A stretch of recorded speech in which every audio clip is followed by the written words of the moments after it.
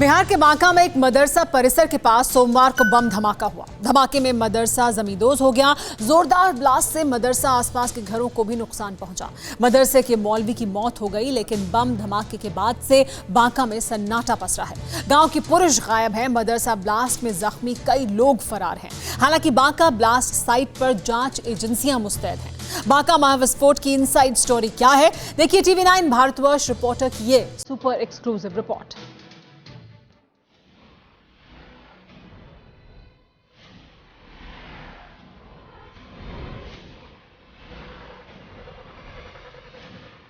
Banka blast first hand report. टूटा हुआ पुल, टूटी हुई जो पुलिया है, उसके बाद से इन दुर्गम रास्तों से होकर के और आपको वहां तक पहुंचना पड़ेगा। मदरसे में महाविस्फोट, स्पॉट पर रिपोर्टर वहां पहुंचा है जो एक तरफ झारखंड और बंगाल की सीमा और बिहार के बांका जिले के ये नौटोलिया, ये मदरसा था। बिहार के बांका में बारूद कहां से आया, कौन लाया? धमाका कितना जोरदार था, कितना भयंकर, कितना ताकतवर, खंडहर में तब्दील मदरसा बता रहा है। बम ब्लास्ट से मदरसे की दीवारें ढह गईं, गुंबद जमींदोज हो गया, छत बिखर गई। ईंट सरिया सीमेंट में तामीर मदरसा एक ब्लास्ट में बुरी तरह बर्बाद हो गया।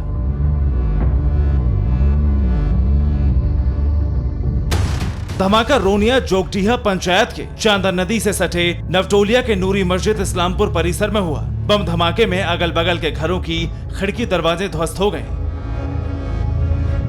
मदरसे का तो एक हिस्सा उड़कर सड़क की दूसरी तरफ जा गिरा।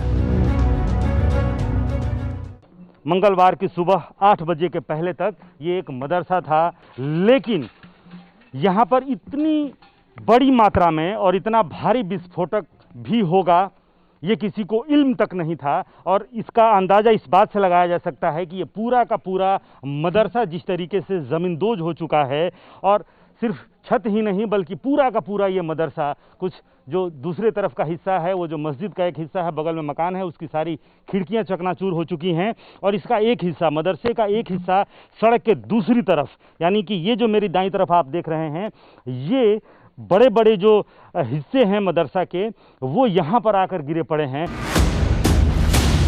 ब्लास्ट के वक्त मदरसे में मौजूद मौलवी की मौत हो गई। गनीमत ये रही कि लॉकडाउन की वजह से मदरसा बंद था। मदरसे में बच्चे मौजूद नहीं थे, वरना बहुत बड़ी अनहोनी हो जाती। ग्रामीणों ने बताया कि मौलवी भी लॉकडाउन के चलते अपने अपने गांव चले गए थे, लेकिन 4 दिन पहले मदरसे में लौटे। ये जो गांव है, ये पूरा जीता जागता गांव, जो कि आज इस गांव की गलियां सूनी पड़ी हुई हैं। कहीं इक्के दुक्के छोटे छोटे बच्चे दिख रहे हैं। कल तक कुछ औरतें भी यहाँ पे दिख रही थी, लेकिन आज औरतें भी यहाँ पे नहीं दिख रही हैं। लेकिन गांव में सिर्फ कुछ बकरियां जो रह गई हैं, कुछ माल मवेशी हैं, लेकिन इंसानी कहीं भी, खास करके पुरुषों का कहीं चिन्ह तक नहीं है। मदरसे में धमाके के बाद बांका गांव के पुरुष फरार हैं।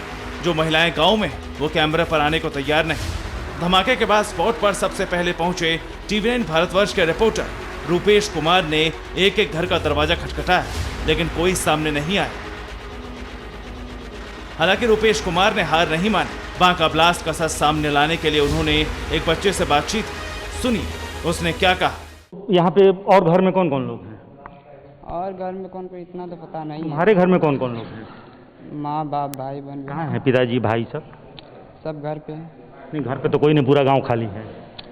घर पे ही है, कोई ऐसा बात नहीं है कि घर पे ही सब है अपना। कोई तो नहीं मिला, हम तो हर दरवाजे पे देखे। कहाँ गए हैं लोग सब? बाहर कहीं पे नहीं गए, अपना अपना घर पे ही है। अपने अपने घर पे घर पे मिल कोई नहीं है, ना तो पुलिस वालों को, ना हमको, कोई नहीं कहीं मिल रहा है।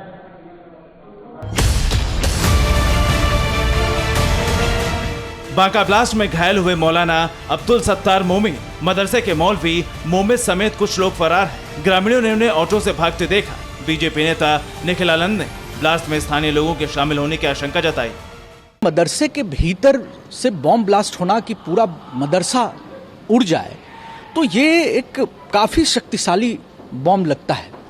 और उसमें कहीं ना कहीं इंटरनल लोग जो वहाँ से जुड़े हों, उनका हैंडीवर्क हो सकता है, इस बात का संदेह भी होता है। और फिर इसके तार कहीं लंबे किन गिरोहों से, किन कहीं आतंकवादी संगठनों से तो नहीं है, इस बात की भी चिंता होती है। मौके पर पहुंचे डीआईजी सुजीत कुमार ने बताया कि मामले की गहन छानबीन हो रही है, बहुत जल्द मामले का खुलासा होगा। की टीम ने भी इसको घटनास्थल का पूरा विस्तृत अध्ययन किया है, यहाँ से कुछ साक्ष्य संकलित किए हैं और जो एक व्यक्ति की मृत्यु हुई है उनके बारे में भी हम लोग अभी और जानकारी इकट्ठा कर रहे हैं। क्या है, किस परिस्थिति में हुआ है, इसको भी जानने में थोड़ा और समय लगेगा। मदरसे में धमाके के आतंकी एंगल से भी जांच हो रही है। देश की सबसे बड़ी इन्वेस्टिगेशन एजेंसी आईए ने धमाके पर नजर बनाए हुए एटीएस मौके पर पहुंच गई। बांका ब्लास्ट की रिपोर्टिंग के दौरान रुपेश कुमार को एक चौंकाने वाली जानकारी हाथ लगी। गोलीबारी भी हुई है 2 महीने पहले ही, जिसकी पुष्टि पुलिस भी कर चुकी है। हमारे स्थानीय संवाददाता जितेंद्र हैं। जितेंद्र, ये बताइए कब इन दोनों टोलों में गोलीबारी हुई है? 2 महीने पहले ही दोनों में बहुत करीब 100 राउंड की दोनों में के अंदर फायरिंग दोनों को। मदरसा ब्लास्ट रंजिश है आतंकी साजिश। मदरसे में फटा बम बड़ी साजिश का इशारा कर रहा है, जिसके बारे में बांका ब्लास्ट की परतें खुलने के बाद पता चलेगा। रुपेश कुमार, बांका, TV9 भारतवर्ष। फिक्र आपकी, सोमवार से शुक्रवार रात 9 बजे सिर्फ TV9 भारतवर्ष पर।